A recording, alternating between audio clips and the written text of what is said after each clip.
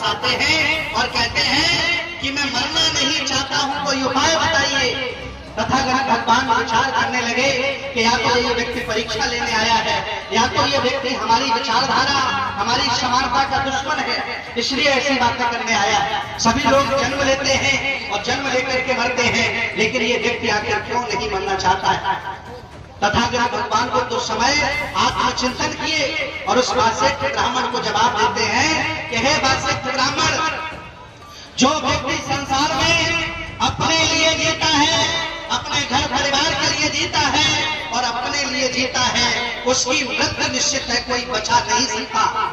और हे वासिष्ठ, जो व्यक्ति इस संसार में जन्म लेकर के देश के लिए, समाज के लिए, गौरव के लिए, विरासत के लिए, पुरखों के मान सम्मान के लिए जीता है, उसे दुनिया में कभी कोई मार नहीं सकता। भगवान बुद्ध ने कहा था आज के 2500 वर्ष पहले कि मरते वो हैं जो अपने लिए जीते हैं, जो देश के लिए, समाज के लिए, विरासत के लिए, पुरखों के लिए, महापुरुषों के लिए जीता है, उसकी कभी मृत्यु नहीं होती। इसलिए आज ये सवाल मैं आपसे पूछ रहा हूँ, ये बात आपसे मैं कहने आया हूँ कि आप जिंदा रहना चाहते हो या मरना चाहते हो। मैं कहूंगा कि मरने की कोई जरूरत नहीं है, जिंदा रहने का काम करिए। कौन मारेगा एपीजे अब्दुल कलाम को, कौन मारेगा बाबा साहब डॉक्टर अम्बेडकर को, कौन मारेगा रामस्वरूप वर्मा जी को? ये वो लोग हैं जो हमेशा जिंदा रहने वाले हैं।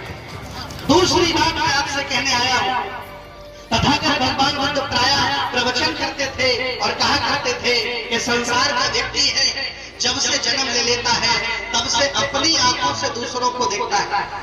बड़ी महत्वपूर्ण बात बता रहा हूं। भगवान बुद्ध कहते हैं कि इंसान जब से जन्म ले लेता है और जब तक मर नहीं जाता, वह अपनी आंखों से दूसरों को देखता है। आंखें मेरी हैं, दृश्य दूसरे हैं। कभी किसी की अच्छी फसल को देख करके जल जाता है, कभी किसी के बड़े घर को देख करके रो जाता है, कभी किसी की सुंदर पत्नी देख करके दिमाग खराब हो जाता है।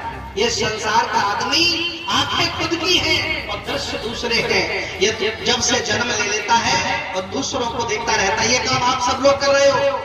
भगवान बुद्ध ने आज के 2500 वर्ष पहले कहा था कि हे नादान इंसान, जिन आंखों से तूने जिंदगी भर दूसरों को देखा है, अगर उन आंखों से तूने अपने आप को देख लिया होता तो दुनिया का मसीहा बन गया होता, तो दुनिया का मसीहा